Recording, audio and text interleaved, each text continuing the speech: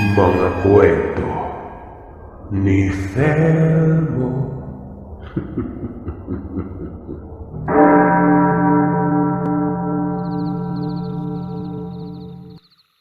Mapagpalang araw sa inyong lahat at saan mang panig kayo ng mundo.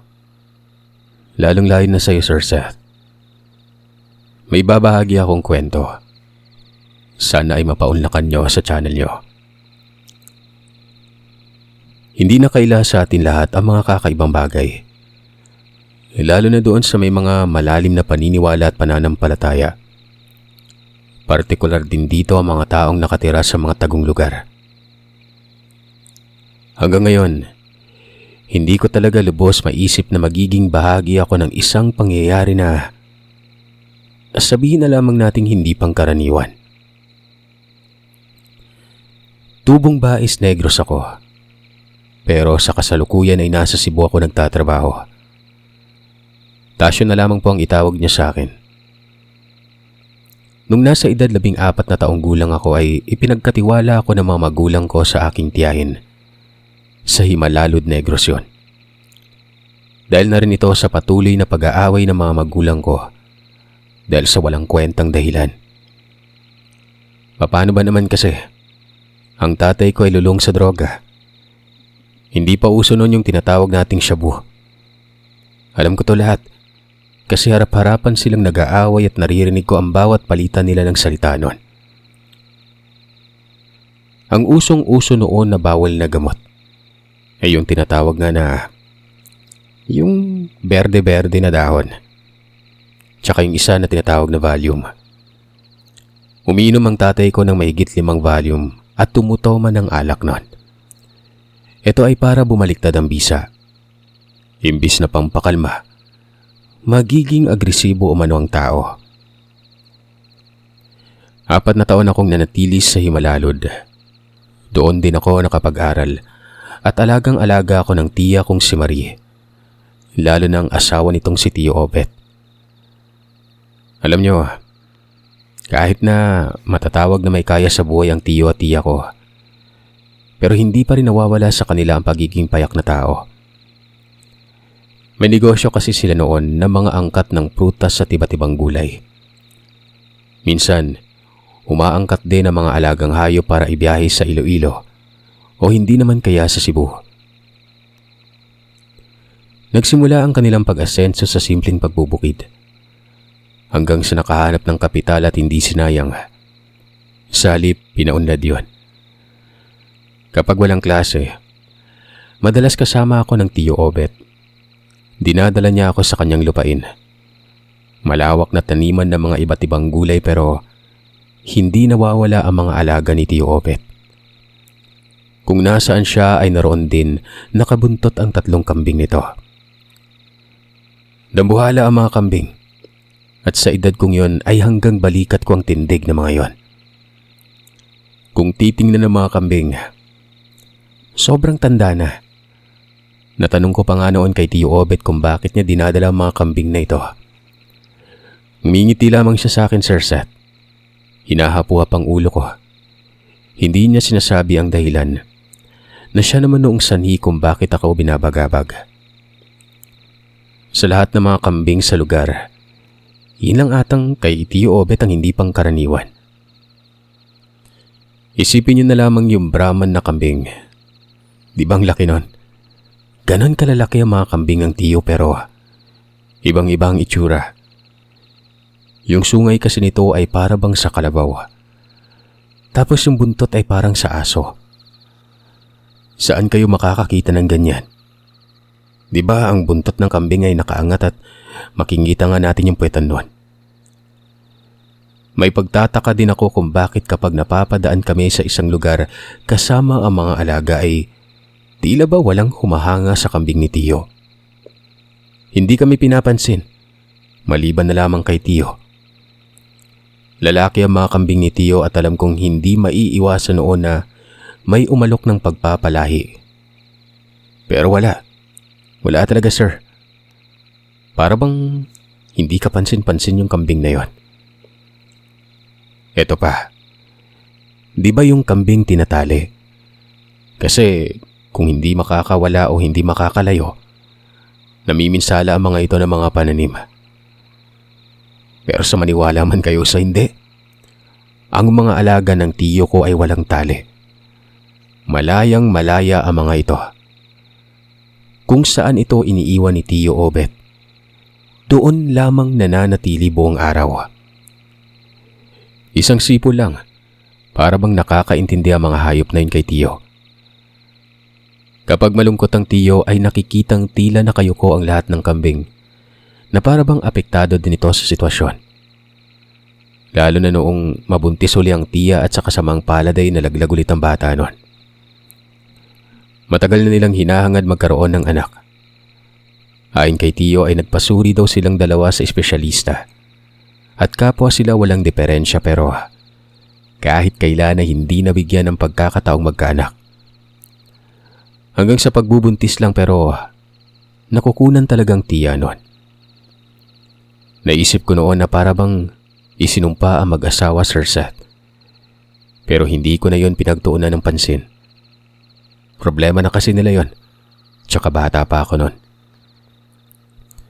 Kapag nasa maayos naman ang kondisyon si Tiyo, nakikita kong masigla din ang mga alagang kambing.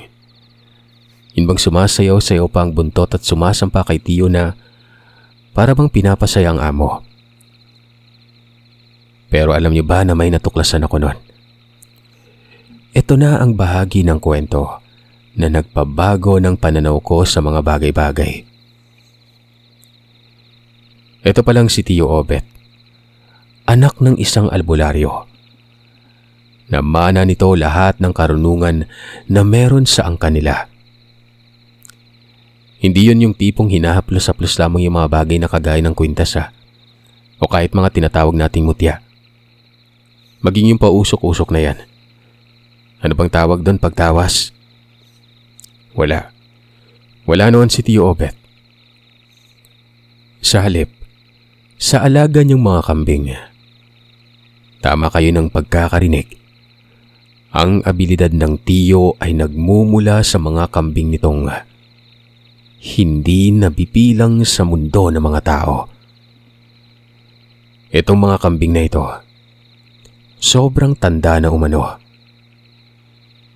Isipin niyo na ilang may-ari na ang yumao, pero nanatiling buhay ang mga nilalang na yon.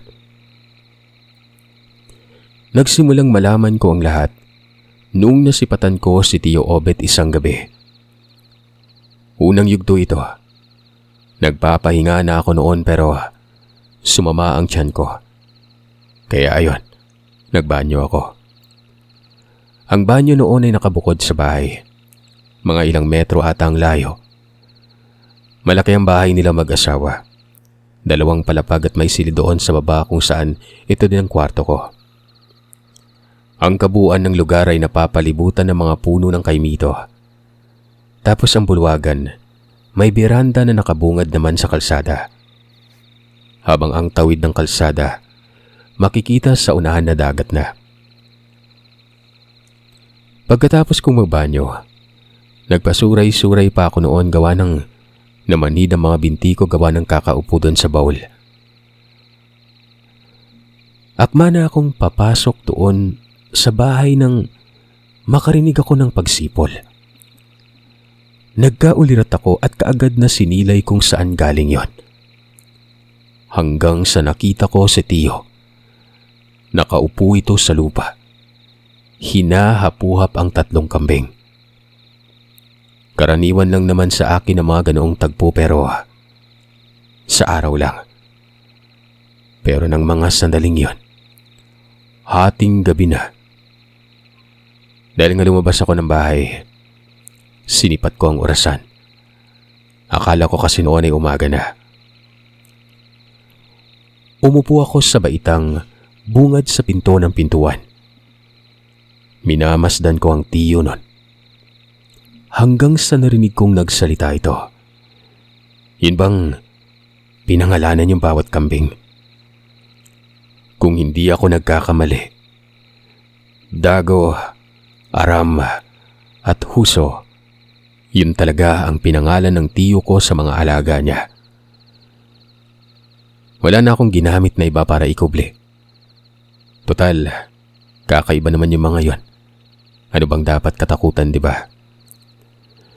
Matapos mabanggit ang mga pangalan ng alaga, dito halos mapatalon ako sa gulat.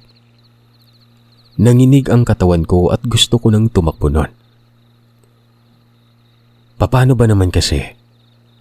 Yung mga kambing, saksing buhay ang mga mata ko nang biglang nag-iba ang anyo ng mga yon.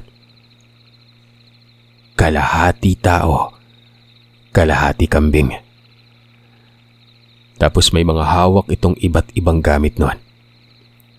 Yung isa, may sibat, habang yung dalawa naman, yun bang kahoy na parang sagwan, pero merong kurba. Animoy pamalo ito ng mga sinaunang tao. Hanggang bewang lamang ang pagiging tayo. Tapos ang baba nito, 4 na paa na at katawan ng kambing. Sinlaki lamang ng tiyo ang mga katawan nito pero may mahabang balbas at may sungay na wari ba sa kalabaw. Nanatili ako nun. Parang hindi ako makagalaw. Napangunahan ako ng takot at nagmisdulang estatwa. Hanggang sa bumalik na ang ulirat ko. Dito ay marahan akong gumapang patungo sa may pintuan. At nang makapasok ng bahay, naglulundag ako patungo ng kwarto. Nagtalukbong ako ng kumot. Dama ko sa sarili ko ang panginginig at panlalamig ng katawan. Pero sa kabila ng lahat ay para bang lumakas ang kurisidad ko sa bagay na yon. Sumilip ako sa bintana. Ito ay para sipatin kung naroroon pa ang tiyo at maging yung mga nilalang. Pagsilip ko sa bintana nun, parang hihimatayin ako. Bumungad sa akin ang isang mukha. Nakasilip din sa akin ito at kitang-kita ko ang mga mata niya. Marahan akong humiga noon pero bigla na lamang may nagsalita. Tasyo! Tasyo! Si Tiyo lang pala yung nakasilip sa bintana. Hindi ko alam noon kung kakausapin ko ba siya. Natakot na kasi ako noon. Pero muli kong narinig ang boses ni Tiyo. Ang sabi nito, nakita ko na umano ang lahat at kailangan naming mag-usap dalawa. Batid ko noon na totoo talaga ang nangyari at hindi ako nananaginip. Pagtawag pa lamang sa akin ng Tiyo, alam ko na kaagad ang pag-uusapan. Takot man pero pinili kong pakalmahin ang sarili nun. Marahan akong lumabas ng bahay pero bumungod sa akin ang 3 nilalang. Hindi ko alam kung ano ang gagawin. Lahat ng ito ay nakatitig sa akin pero hindi naman galit. Nakangiti pa nga ang mga ito na wari ba'y nagugustuhan nila ako. Tumatangu-tangu pang isa na para bang nagbibigay ng respeto. Sabi ni Tiyo Obet, wala na umano siyang maitatago pa. Nakita ko na umano yun. Si Dago Aramatuso. Sila ang mga kambing na lagi kong naitatanong sa kanya. Huwag umano ako mag-alala. Hindi umano sila nananakit.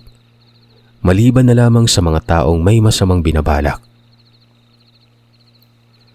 Habang nagsasalita si Tiyo, bawat pagbanggit ng pangalan, sunod-sunod na tumango ang mga nilalang na yon. Si Dago ay medyo malaki at kulay kayumangging kambing. Ang nasa gitna ay si Aram. Ito yung balbasin sa dibdib at kulay abo. Tapos ay putol ang isang sungay nito na para bang tinamaan ng matalas na bagay. Habang yung kumikipat-kipat naman ng mga mata, si Huso.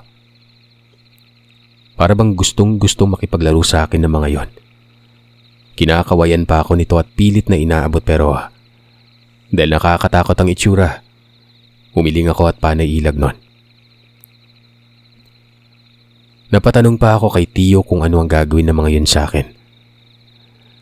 Ayon kay Tiyo, Matagal na umano akong natitipuhan ni Hoso.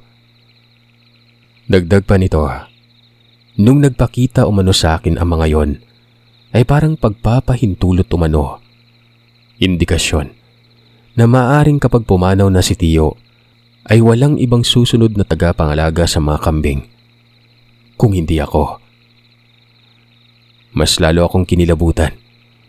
Hindi ko rin maintindihan ang mga sinasabi ni Tio Obet. Ako yung gustong magiging kasunod? Tanong ko yan sa sarili ko. Naiisip ko noon na hihimatay na ako kapag kasama ko ang mga yon.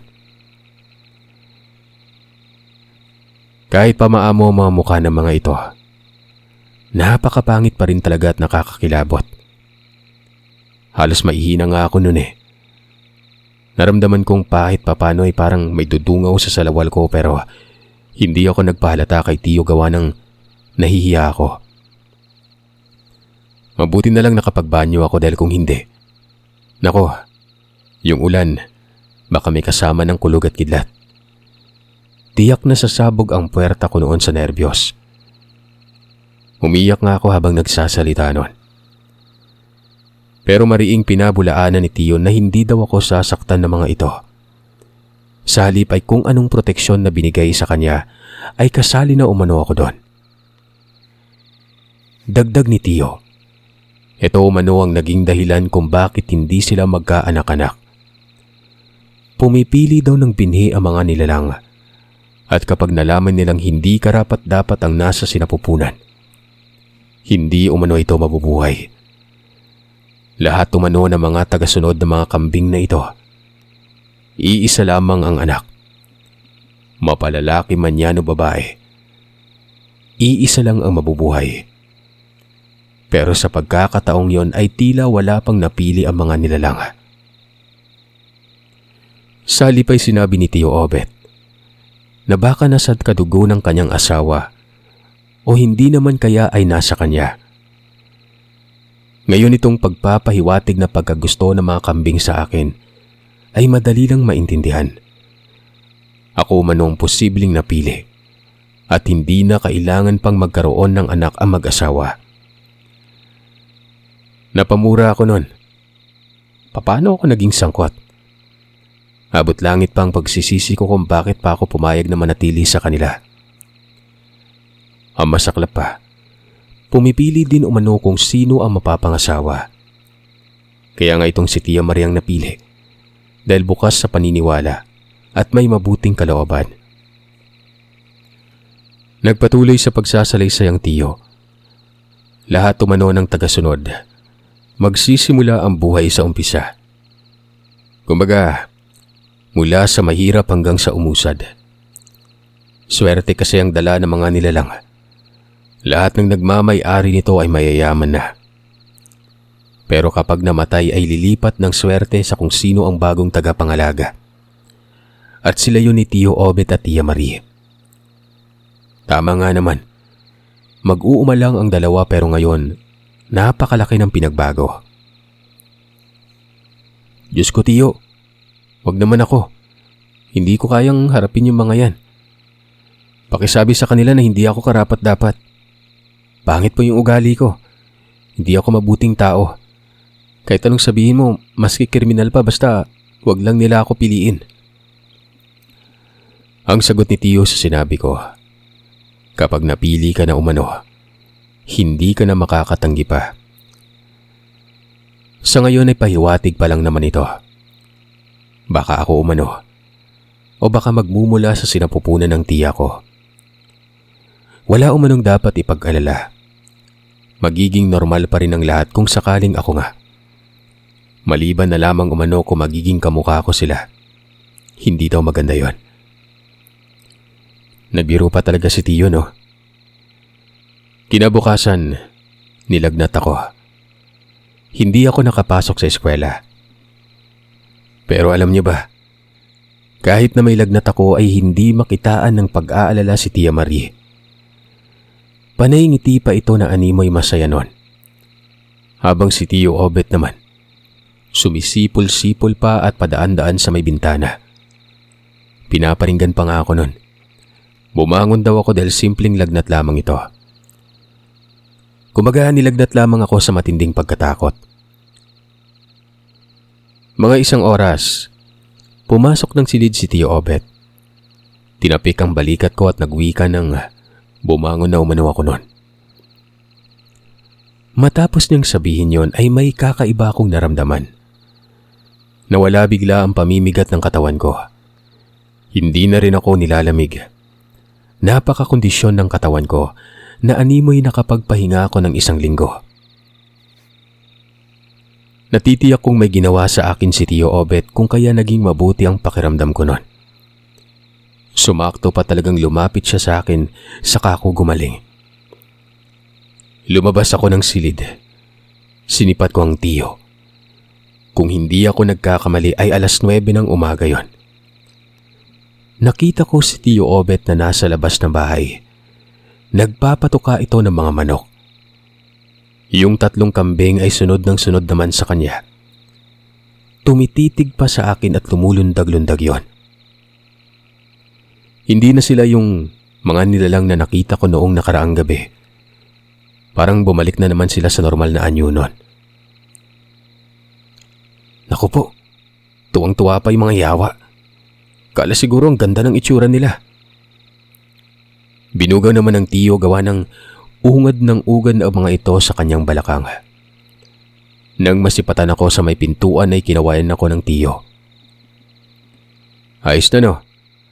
Sabi ko naman lagnat lang sa pagkatakot yun eh. Mamaya isasama kita. Maligo ka na. Hindi ka naman nakapasok sa eskwela eh. Mabuting sumama ka na lamang sa akin. Wala na akong tinugon pa sa sinabi ni tiyo. Naligo na lamang ako at alam ko ay sa bukid na naman kami pupunta. Nagbihis pa ako noon ng makapal at mahabang damit. Tanghali na kami makakarating doon at maganda pa naman ang panahon. Tiyak na uling ang kalalabasan dahil napakainit talaga. Kumain muna ako at pagkatapos ay doon na ako lumabas na ng bahay. Tinawanan ako ng tiyo. Ang sabi ay parang mag-uuma daw ako. Nagtanong naman ako kung bakit. Hindi tayo sa bukid tutungo, Tasyo. Pero ikaw bahala. Sa bagay, mainit nga naman mamaya. Nagbuntong hininga ako at nakaramdam ng pagkabanas nun. Hindi nga patungo sa bukid pero naroon at nakasunod ang 3 kambing. Dito ko tinanong sa tiyo kung anong klaseng nilalang ba ang alaga niya. Ang tugon naman ito, kartok umano. May mas pangit pa umano na kartok. Kapag nakita ko ay talagang iiyak umano ako sa takot nun.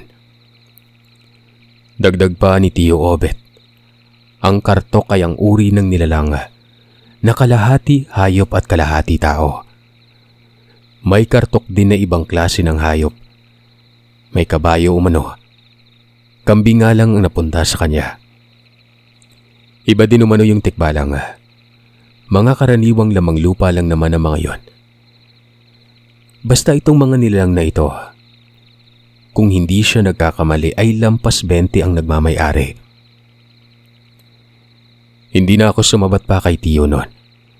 Tinitigan ko ang mga kambing na nakasunod. Yung mga mata ay parang mata ng tao. Kung makatitig, maiintindihan mo ang ibig sabihin. Kung natutuwa ba, galit o hindi naman kaya balisa.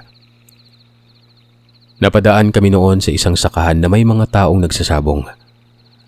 Kalmado lamang si tiyo. Kumaway-kaway pa ito sa mga kakilala na parang normal lang. Habang naglalakad ay napatanong ako kay tiyo kung bakit hindi ko man lang napansin na may humanga sa mga kambing.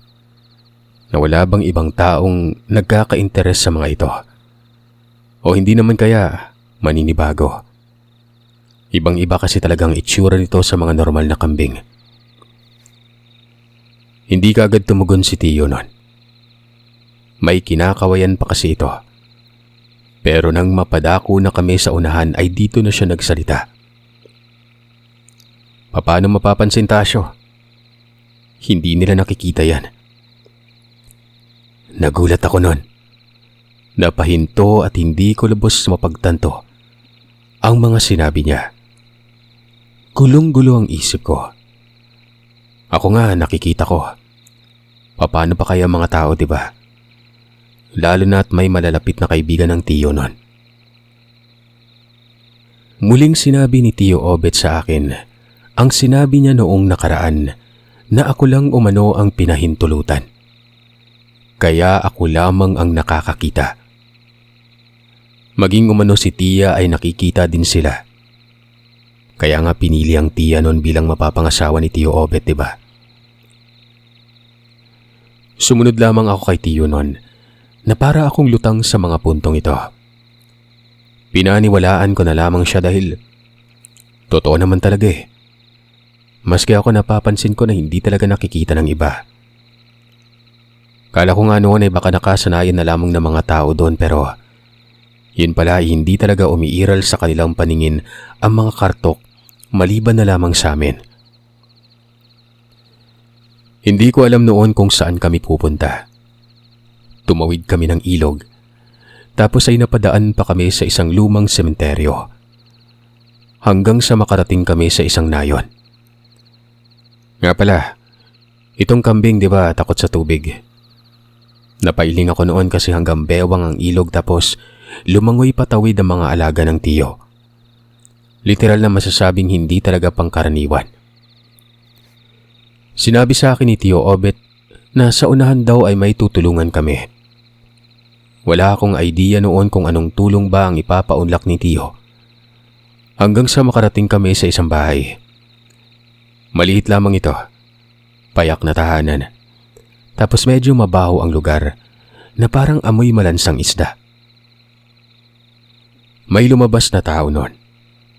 Tinitigan kami noon na para bang hindi kami kilala.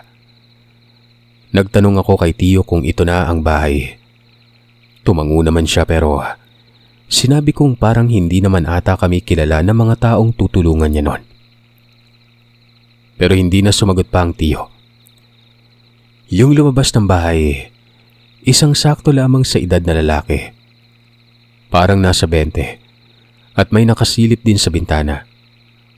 Babae naman ito at kaagad pumasok sa isip ko noon na para bang bagong mag-asawa ang mga yon. Binati ni Tiyo ang lalaki ng magandang tanghali. Tumugon naman ito pero nagtanong kung ano daw ang sadya namin sa lugar. Hanggang sa may sinabi ang Tiyo na siyang dumagdag sa mga katanungang gumugulo sa isip ko noon. Balita ko kasi buntis ang asawa mo.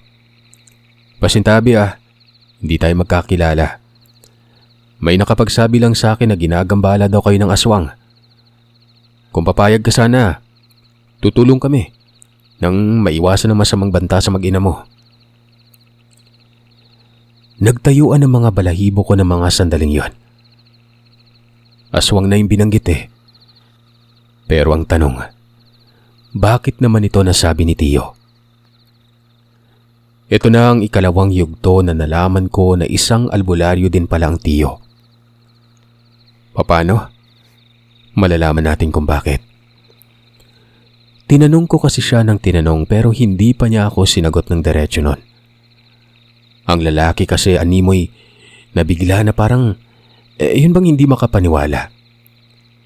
Bagamat tumango at sinabing totoong ginagambala ng aswang.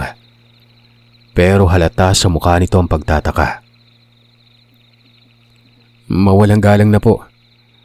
Totoong inaaswang kami dito pero wala namang ibang taong nakakaalam doon. Maliban na lang sa aming mag-asawa. Paanong nakarating po sa yung balita? Ngumiti lamang ang Tiyo at sinabing basta. Biglang nagalit ang lalaki. Pumasok ito ng bahay at naririnig kong tila nakikipagtalo doon sa asawa. Pagkatapos ay sinara ang bintana noon. Pagkalabas ng lalaki, may bitbit itong itak. Dinuro-duro sa amin habang papalapit at nagwika ito ng, "Hayop kayo, mga aswang! Kayo ang mga aswang ano? Umalis kayo dito kung hindi papatayin ko kayo. Tsaka wag na wag nyo kami gagambalain tuwing gabi-gabi ha." Mabilis akong umatras nun. Paano ba naman kasi, parang hahatawin talaga kami ng itak eh. Yung tipong galit na galit ang tao tapos gustong pumatay. Sinabi ni Tio Obet noon na maghunos dili yung lalaki, na nagkakamali siya ng hinala. Albularyo si Tio at nalalaman niya ang lugar kung saan may nanggagambala noon. Walang aswang ang kayang makipagtitigan ng mata sa mata. Sinabihan pa ni Tio ang binatang ito na masdan siya. Tingnan maigi kung aswang ba ito. Ibaba mo yan. Baka makasugat ka pa. Ikaw na tong pinapagandahang loob, ikaw pa yung galit. Masyado ka lang nag-iisip ng masama. Tulong ang pinunta namin dito. Wika ng Tio Obet noon. Yun na yung mga sandaling nalaman kong isang albularyo din pala si Tio. Pero ang ipinagtataka ko noon, bakit parang hindi naman siya tanyag? Yung tipong walang nakakakilala sa kanya. Dahil kung manggagamot, di ba literal na may magpapagamot sa kanya araw-araw? Pero parang tumataliwas ang pananaw ko. Magpaganon pa man ay nagmasid-masid muna ako bago magpasya. Kumalma naman yung lalaki, pinalabas ang asawa. Dito ay nakita kong nakausli ang tiyan na parabang buntis ito ng 5 buwan. Sinisipat ko naman ang mga kambing noon. Hindi ko alam kung bakit magkakahiwalay ang mga ito. Yun bang bawat pahina ng lugar ay naroroon ang isang kambing, parang nagsisilbing gwardya. Napansin ko din noon ang mga itsura, para itong galit tapos panay singhot noon. Pwede bang pumasok ng bahay? May susuriin lang ako. Mungkahi ni Tio. Pumayag naman yung lalaki. Nagpakilala ito sa pangalang Roberto at ang asawa naman ay Elisa. Sumunod ako kay Tio. Nakatingala siya sa loob. Maabot lang ang bubungang pawid ng bahay. Hanggang sa may kinapaka pa si Tio na wari ba'y likido sa patpat noon. Dito ay bigla na lamang siyang umiling. Ayon sa kanya, sariwa pa umano yun. Mukhang kamuntikan na kayong madisgrasya kagabi ah. Dong, Roberto, ginambala kayo kagabi. Dito, dyan sumilip ang aswang. Halika Tasyo, amuyin mo. Kagad namang dinampi nito ang daliri sa ilong ko. Halos masuka ako sa sobrang baho nun. Nagalit pa ako doon kay Tio gawa ng parang pinagkatuwaan niya ako. Ang sabi ko parang dinukot niya ang butsin niya at pinamoy sa akin. Ano ba yan Tio? Mawalang galang na pero para kayong abnormal eh. Para malaman mo rin kung anong amoy ng laway ng aswang Tasyo. Hindi ko butsi yan. Ano akala mo sa akin? Iniwan ng saktong pag-iisip? Aswang yan. At sana magiging pamilyar sa iyo yung baho. Kapag may ganong amoy sa lugar, may aswang. Ayon pa kay Tio, maliban pa umano doon, ay makakaamoy din umano ng malansang isda. Pero iba talaga ang laway ng aswang. Mabaho. Hindi na ako nagsalita pa. Basta galit ako nun. Nakikita ko kasi sa mukha niya na parang matatawa. Bagamat aswang nga galing ang laway pero hindi magandang biro ang basta na lamang ipasinghot yon. Sinabi nito ni Tio Obet na may ibibigay umano siya kay Roberto. Pahawakan o hindi kaya ay ipasuot niya umano sa asawa niya. May dinukot si Tio Obet sa bulsa nun. Hindi ko masyadong mapigura kasi ang bilis ng pangyayari. Bote ito na parang may lamang kung ano. Matapos noon ay lumabas kami ng bahay. Natungo ang Tio doon sa may unahan. Tinabihan niya ang kartok na si Huso. Parang kinakausap at pumasok ng kakahuyan si Tio noon. Nakabuntot naman noon ang isang kambing. Lumilingon-lingon pa sa akin ang nilalang na wari ba'y gusto din akong sumunod. Siyempre naroon na at nagkaroon ako ng kuryosidad. Sumunod naman ako. Walang bahala lang. Kalmado pero sinisipat ko ang bubungan ng bahay habang papalayo. Nakita ko ang tuktok. May yero doon na binaluktot. Parang takip ng pawid. Nakaangat ang kabilang dulo na wari ba may sumilip doon. Nakita ko ang tiyo na nasa pasilyo ng gubat. Kumbaga, parang daan ito gawa ng magkakahanay ang mga kahoy at may lagusan sa gitna. Nanatili ng ilang segundo noon si Tio Obet. Inaantay ko na lang kasi gawa ng ang daming makahiya na gumagapang sa may damuhan. Idagdag pa dyan na pinaninirahan din ito ng mga pulang langgam. Tinanong ako ni Tio Obet kung nakikita ko ba ang itaas ng puno. Ayon sa kanya ay dyan umano nagmasid ang aswang nun. Tinanong ko si Tio kung ano ang gagawin ko, kung titingin lamang ba ako. Ayon sa kanya ay pinapakita niya lang umano ang mga posibleng lugar kung saan magtitik-tik ang aswang bago pa may gawin sa bahay. Bumalik na ito at mahina akong sinabihan na gagawa daw kami ng bitag. Kagad pumasok sa isip ko na huhulihin ng tiyo ang aswang. Hindi ako sumagot. Wala din naman akong masabi dahil sa tindi ng takot. Parang kasing ganun lang kasimple para kay tiyo ito. Kalmado lang kasi ito na wari ba sanay na sanay nun. Nga pala, sa Himalalod noon ay talagang laganap ang aswang. Mga taong 1987 ata nagsimula at marami ang nagambala. May ibang napapabalitang namatay at pinaghihinala ang aswang ang dahilan kung kaya ganoon na lang ang pangamba ng ilang mga residente. Pero hindi ito naging dahilan para tuluyang katakutan ng lahat. Bagaman matunog ang aswang, pero may mga hindi pa rin naniniwala dito. Nag-uusap noon si Roberto at Tio. Naroon ako sa tabi at narinig ko ang lahat. Ayon kay Tio, maghakot daw ng mga kahoy si Roberto. Magsisiga daw mamayang gabi. Tapos dapat ang asawa ni Roberto nasa labas nun.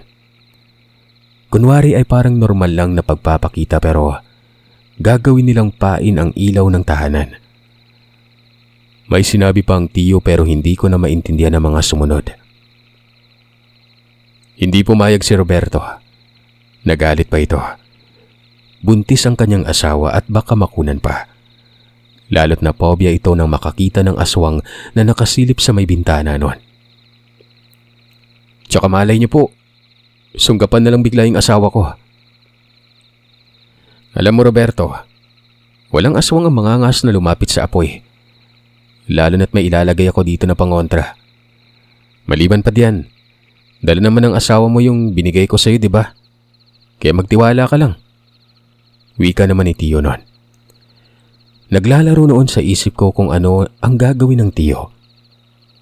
Gusto ko noong sumabat kaso baka kawalang respeto naman gawa ng nag-uusap pa sila noon. Kaya noong matapos ng usapan, dito na ako nagkaroon ng pagkakataon. Tanong ko, magpapakita lang ba umano ang asawa ni Roberto at wala kaming gagawin nun? Pero ngumiti si Tio.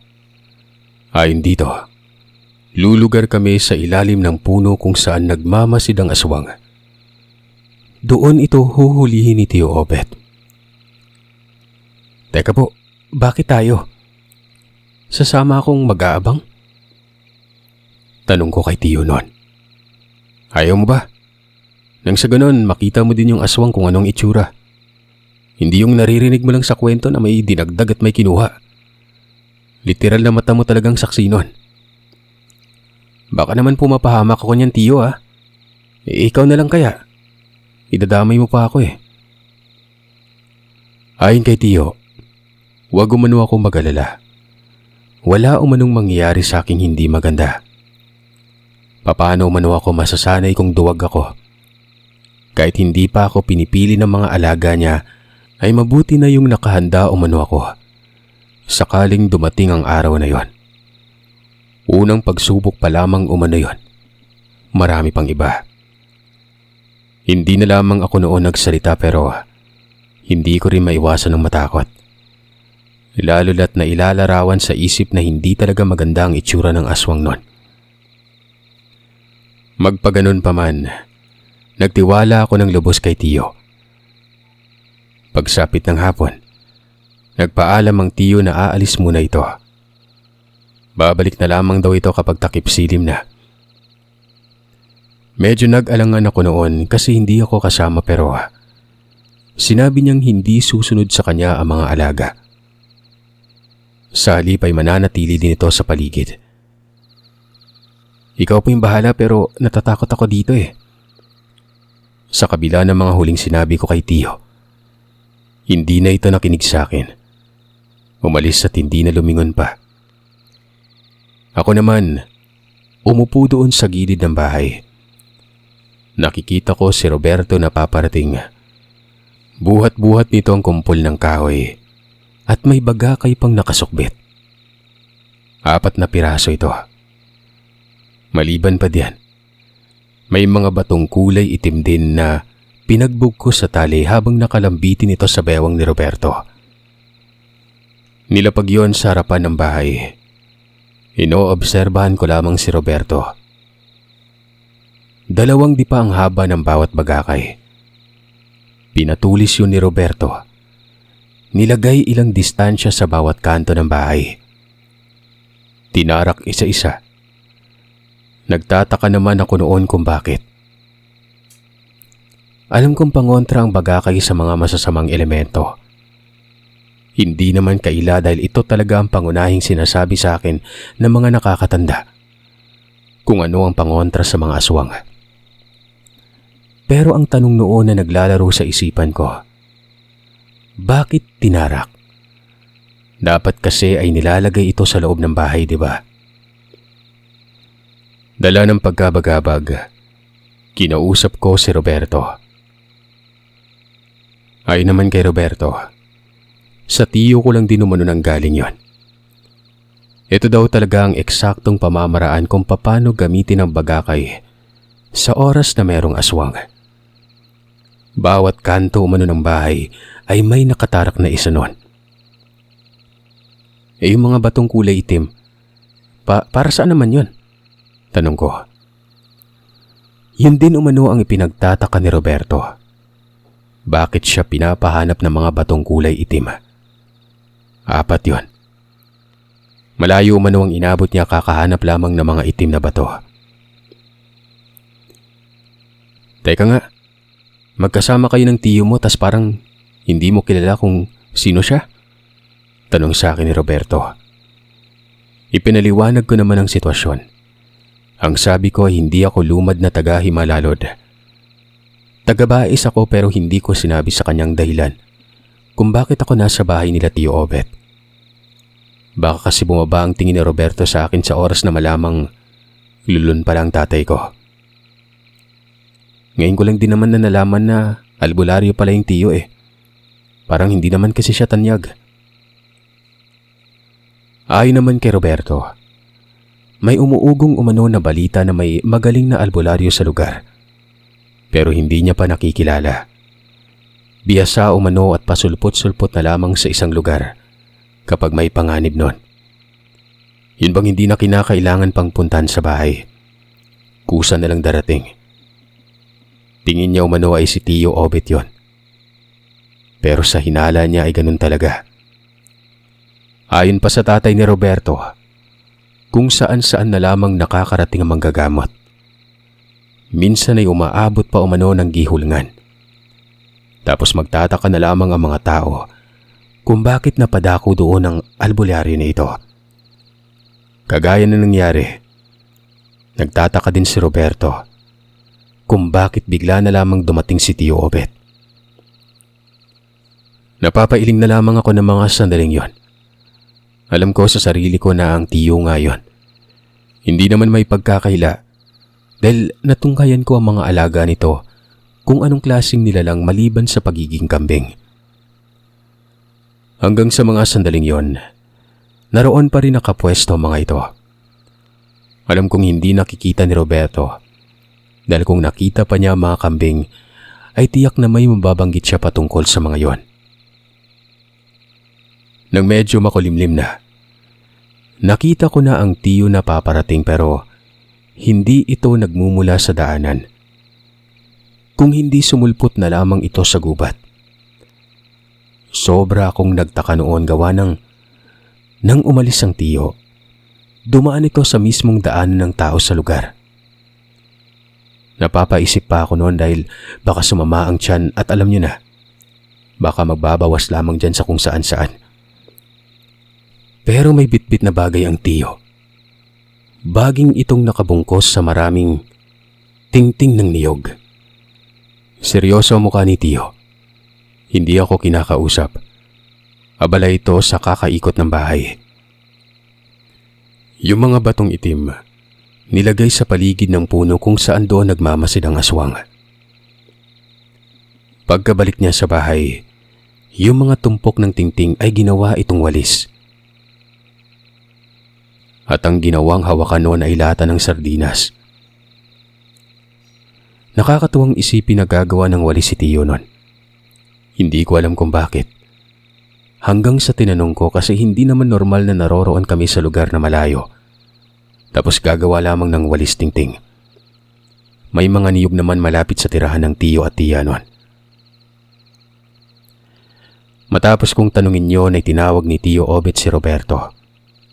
Lumapit din daw ito para malaman naming lahat. Ang walis tingting umano ang isa sa pinakamabisang bitag para sa aswang. Yung walis tingting na hindi pa nagagamit sa lupa. Yung tipong gawa mismo ng tao. At sariwang-sariwa pa mga tangkay. Nagtanong pa ito kung may balde ba. Kung meron ay lagyan ng tubig at gagamitin umano ni Tiyo mamaya. Tumango lamang si Roberto. Pero mababakas sa mukha nito ang pagtataka.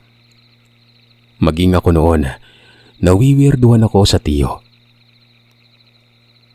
Magpaganon pa man, nasubaybayan ko ang mga sumunod na nangyari. Pagpatak ng dilim, doon na kinuha ni Tiyo Obet ang balding may tubig na inihanda ni Roberto. Nagmungkahi itong silaban na ang mga pinagtumpok na kahoy na yon. Sarap yun ang bahay nila Roberto.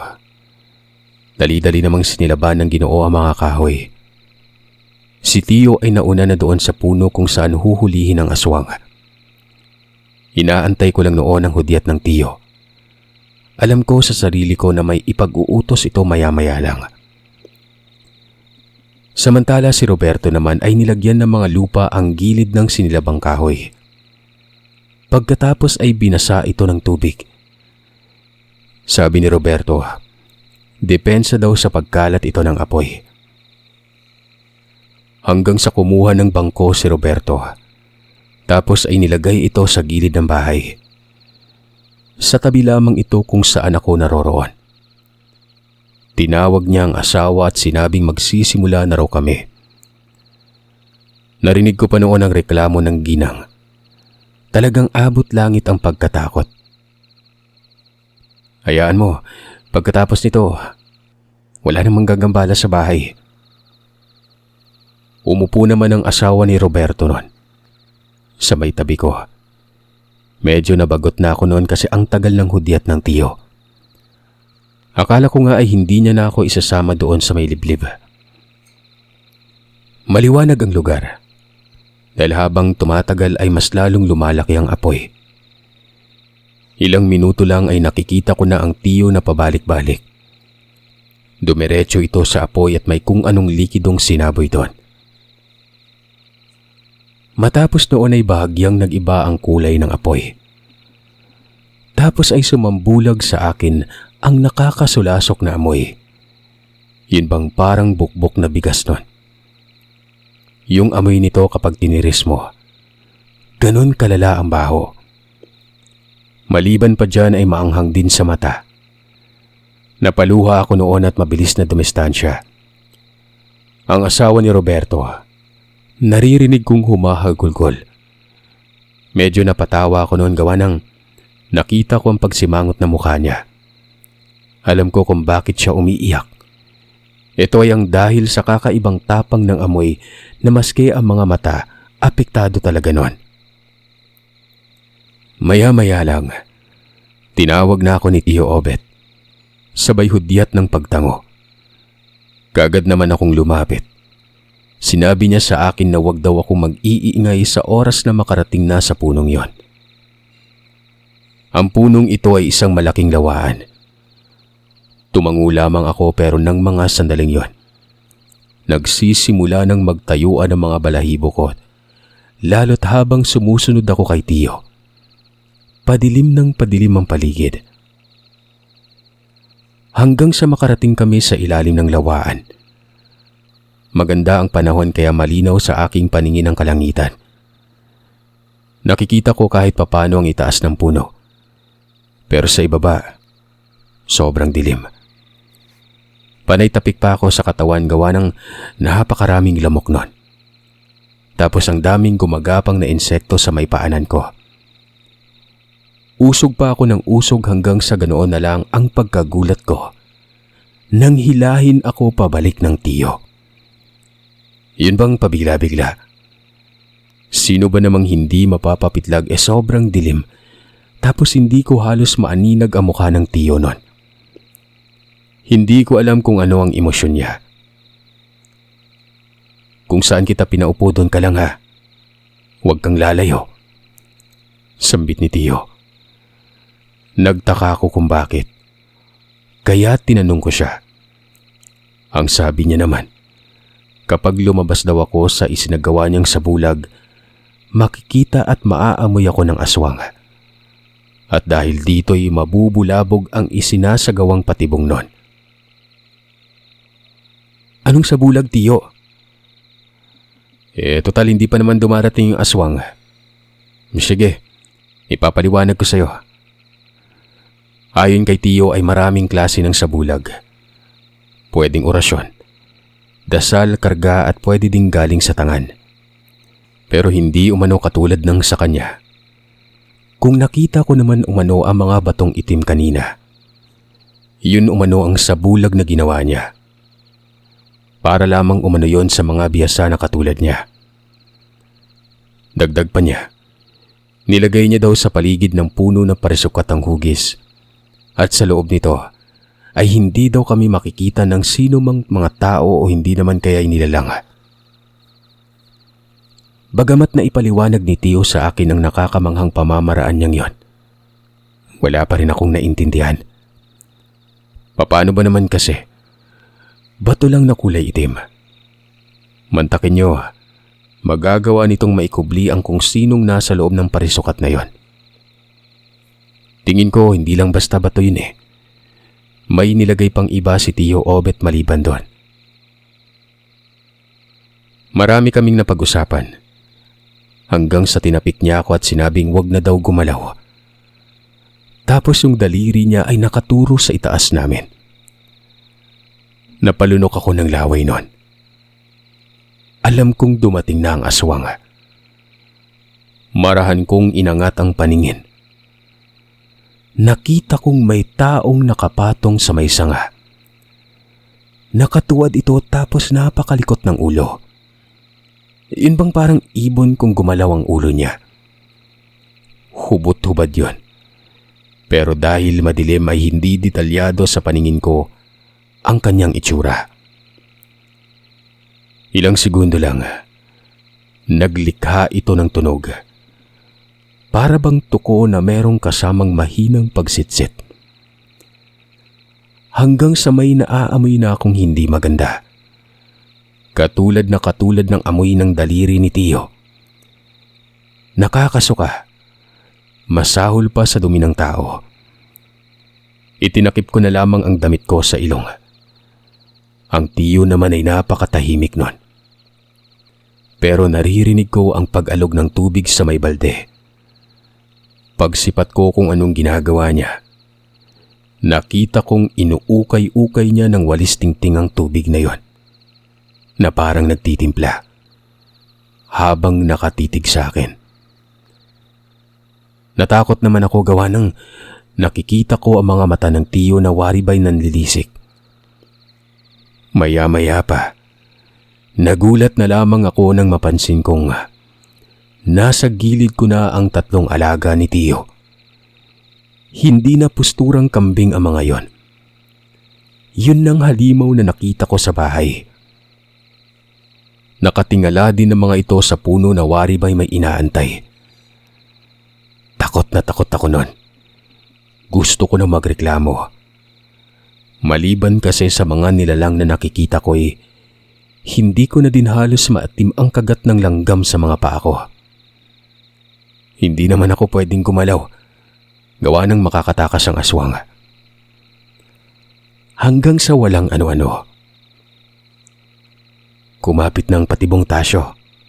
Hindi niya alam. Ikaw muna yung humalo dito sa tubig. Huwag mong titigilan ha. Mahinang mungkahi sa akin ni Tio Obet. Hindi na ako nagsalita. Kaagad akong umusog patungo sa kanya at tumuntong sa ugat. Ako na ang nagsasagawa ng paghalo-halo doon sa tubig sa balde. Hindi ko alam kung para saan yon. Pinagpatuloy ko lamang ito. At kahit papano ay nakaiwas na ako sa mga langgam. Dito na tumayo si Tio Obet. Kalmado lamang itong naglalakad pabalik ng bahay. Hanggang sa narinig kong tila nag-uusap ang mga alaga niyang kartok. Para itong mga tao at naiintindihan ko pa ang mga kataga nila. Ayon kay Aram, bakit umano dinaan pa ni Tio sa ganoong paraan ang paghuli sa aswang na yon? Naroroon naman umano sila na pwedeng patayin ito ng agaran. Ayon naman kay Dago, maaaring ipinapakita lamang niya sa akin kung paano ang mga lokal na pamamaraan niya. Hayaan na lamang umano. Baka siguro akala ni Obet na yung batang yan ang napili natin. Duwag naman yan eh. Ikaw kasi Aram ang kulit mo. Hindi pa napapanahon para pumili. Parang hindi mo naman gusto si Obet. Bata pa si Obet. Bakit gusto mo na ba siyang mamatay? Wika naman ni Hoso noon. Doon ko na nalaman na hindi pa pala sigurado na ako ang magiging tagapaghalili sa mga nilalang. Tama naman si Hoso. Masyado pang bata si Tio para magkaroon ng kapalit noon. Magpaganon pa man, yung pagkatakot ko ay napalitan ng pagkamangha. Akalain mo ba namang nagsasalita pala ang mga ito? Gusto ko sana noong sumabat kaso pinili kong manahimik na lamang. Baka magalit pa sa akin. Maya-maya pa ay nakikita ko na ang Tio na paparating. May bitbit na sulo at mula ito sa mga kahoy na sinilaban ni Roberto. Itinaas niya ang kahoy at doon ay tinamaan ng liwanag ang aswang. Naglikha ng kakaibang angil ang nilalang na yon. Galit na galit. Ngaw-ngaw na ngaw-ngaw. Ano na? Baka iniisip mong makakatakas ka. Sutil ka ring animal ka no? Kung hindi naghudyat sa akin ng mga alaga ko, hindi kita mahuhuli. Matagal na kitang minamatyagan. Napakailap mo. Sumagot naman ang nilalang. Pero gasgas na parang naipit na aso ang tinig nito. Ang sabi ng nilalang ay pakawalan umano siya. Nagtataka naman ako kung bakit may katagang pinakawalan ito samantalang hindi pa naman ito nahuhuli ni Tio Obet. Hanggang sa sinabi ni Tio na wag akong titigil sa ginagawa ko. Hanggat hindi niya sinabi. Nakatali na umano siya sa bitag at kapag tumigil ako ay makakawala ang nilalang na yon. Yun lang, kagad kong naintindihan na dahil pala sa walis tingting na inukay sa tubig, nahuli ang nilalang na ito. Pero malaking katanungan sa akin kung paano nangyari yon.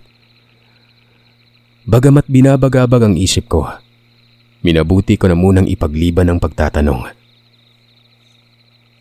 Nagpatuloy lamang ako sa ginagawa. Hanggang sa nagsiga ng apoy ang Tio sa tapat mismo ng puno kung saan nakadapo ang aswang. Tapos ay may nilagay dito ang Tio Obet.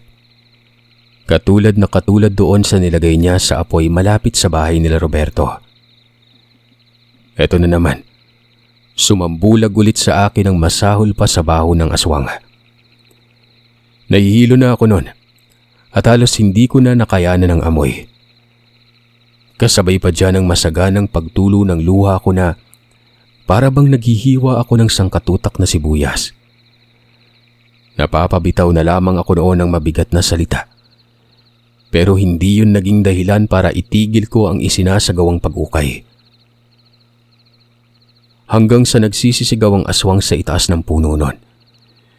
Dinig ko pa ang pagyuyug-yugan ng mga sanga na para bang nagwawala ito. Ilang segundo lang ang namagitan. May kumalabog sa gilid ko. Dahilan naman para matigil ako sa ginagawa at kaagad tumayo nun. Yung kumalabog ay walang iba kung hindi ang aswang. Nalaglag ito mula sa may itaas. Gumapang-gapang pa yun sa lupa na tila hinang-hina ang katawan. Para lang itong tao na may balahibo sa balikat nun. Nakikita ko yun gawa ng tinatamaan ng liwanag. Pero nang mapagawi sa akin ang mukha ng nilalang, doon ko nakita ang napakapangit na figura. Nakaumbok ang noo, makapalang kilay, tapos napakalapad ng pisngi. Yung ilong nito ay parang sa baboy at nakausli ang uso nun. Nakikita ko ang matutulis na mga ipin. Lumalabas din ang dila nito na parang ahas kung gumalaw. Ang haba, parang 2 dangkal ata yun, kung hindi ako nagkakamali.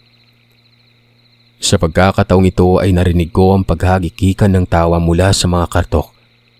Nawari ba'y tuwang-tuwa sa kanilang nakikita. Lumapit naman ang tiyo. Tinapakan ang likod ng nilalang. Tapos ay tinalian ang mga kamay nito ng baging. Sa pilitan nitong kinaladkad ng tiyo patungo doon sa bahay. Samantalang ako ng mga sandaling yon. Hindi ko malaman ang gagawin. Natataranta na ako nun. Sumunod na lamang ako kay tiyo at doon nang mailapag niya ang aswang sa tabi ng bahay ni Roberto. Doon ko na nakita ang kabuuang itsura nun. Bukod sa balahibo sa balikat, ay nabalot din ng balahibo ang dibdib hanggang hita niya. Yung masela nito ay natatabunan din ng balahibo. Samantala, hindi naman magkawari-wari sa takot ang mag-asawa. Ang buntis noon ay tumakbo papasok ng bahay, habang si Roberto naman ay kumuha ng itak at inaambahan ng pagtaga ang aswang. "Huwag mong gagawin yan, Roberto. Kahit papano tao din yan. May sariling pamilya." Ayon pa kay Tio Obet, kailangan laman umanong padalain sa ginawa para hindi na umulit pa. "O ikaw, huwag kang magpanggap na tulog dahil alam kong nakikiramdam ka lang, animal ka. Kumuha ka nga ng baga, Roberto, nang mapaso natin yung binti nito." Wika ni Tio Obet. Nagsalita na lamang bigla ang aswang nun. Matapos nun, ang sabi nito ay wag daw siyang papasuin. Kung gusto daw siyang patayin, patay na lamang at wag nang pahirapan pa. Pero sana daw ay maintindihan namin na aswang ito at hindi niya gusto ang maging ganito. Kapag sinusumpong ay hindi niya na madiktahan ang sarili. Umiiyak ang nilalang hanggang sa nabanggit nito na may sarili nga rin siyang pamilya. "Kita mo na, di ba may pamilya? Sige, pakakawalan kita. Pero sa oras na manalasa ka uli ng mga tao, papatayin na kita, ha? Tandaan mo, markado na kita ngayon. Alam mo na siguro ang ibig sabihin nun. Aber, ano nga ba'y minarkahan? Para maklaro natin." Tanong ni Tio Obet sa aswang. Ang sabi naman ng nilalang, kapag minarkahan daw, malalaman na kung saan siya nakatira at saan ito pupunta. Masusubaybayan ng albularyo ang mga ginagawa niya sa buhay. Katulad din ito ng marka na kayang gawin ng mga aswang. Papakawalan? Sigurado po ba kayo dyan? Tanong naman ni Roberto. Narinig mo naman ako, di ba? Huwag mong pakawalan. Hanggang sa umaga, mamamatay yan pero kayo'y maglibing ha. Banat naman ng tiyo nun. Napapailing na lamang noon si Roberto. Maging ako'y napapailing na lamang din. Baka kasi gumanti ang aswang. Mabuti sana kung kay tiyo lang. Paano na lang kapag dinamay kami? Pero mariing sinabi ni Tiyo Obet na may isang salita daw ang aswang. Lalo na ang katulad ng aswang na nahuli nila. Tik-tik ito. Hindi na uulit ang tik-tik sa oras na malaman ng isang bihasa ang detalye kung saan ito nakatira. Hindi naman pwedeng lumipat dahil malalaman pa rin daw ng tiyo kung saan pupunta yon. Pinakawala ng aswang. Kasabay noon ang pagkawala din ng balahibo nito sa katawan at pagbalik sa normal na mukha. Patpating tao pala ito. Nagpakilala ito sa pangalang Roldan. Nagpasalamat ito kay tiyo at sinabing hindi na siya muli pang manggagambala. Dagdag nito, dadalhin daw ni Roldan ang kanyang mga anak kay Tiyo Obet para ipagamot at tanggalin ang pagiging aswang ng mga yon. Tumango lamang si Tiyo Obet.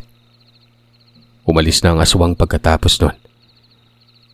Matapos noon hindi nagtagal ay umuwi na rin kami ng bahay. Pero bago mangyari yon, may pag-uusap muna si Roberto at Tiyo. Mga dapat lang bantayan sa pagbubuntis at pangontra sa paligid.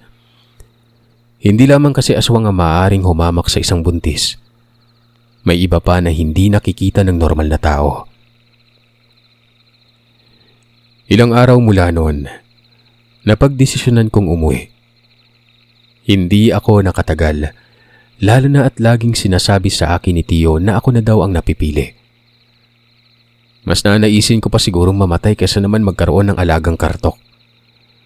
Maliban pa diyan, hindi ka din makakapili ng gusto mo eh. Mantakin mo maski pag-aasawa. Pipiliin ng nilalang kung sino makakasama mo sa buhay. Ang mas saklap pa dyan, pati ang pagiging anak mo, apektado. Walang paalam akong umalis. Hindi na ako bumalik pa. Dinalaw naman ako ng tiyo nun. Hatid ang balitang nabuntis ang kanyang asawa. At ito na umano ang napili. Naging masaya ako para sa kanya at syempre, masaya din ako para sa sarili ko. Nasabi kasi ng tiyo na kahit anong gawin ko, hindi ako makakatanggi kung ako na ang pipiliin. Mabuti na lamang at naging ganon. Sa ngayon, patay na ang tiyo. At ang anak niyang babae na pinsan ko, ito na ang sumunod. Pero hindi na ako pumunta sa kanila. Nagkaroon ako ng phobia. Pero alam niyo ba na dahil dito ay nagkaroon ako ng interes na maging bihasa? Sa ngayon ay may karunungan ako. Ito na rin ay dahil sa mga katanungan kung bakit nakakagawa si Tiyo noon ng mga kakaibang pamamaraan. Nalaman ko ang patungkol sa walis na inihahalo sa tubig noon. Lihitimo ang pamamaraan na yun pero may kasamang orasyon. Hinga lang talaga, itong si Tiyo Obet, walang ora-orasyon eh. Lahat kasi ng abilidad niya galing sa 3 kambing na mga engkantong kung tawagin ay mga kartok.